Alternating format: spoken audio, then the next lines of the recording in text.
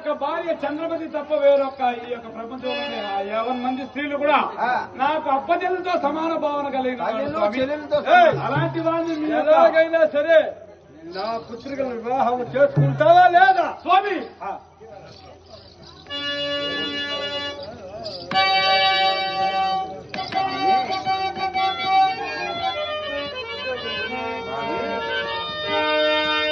శ్రీరాజమిత్ర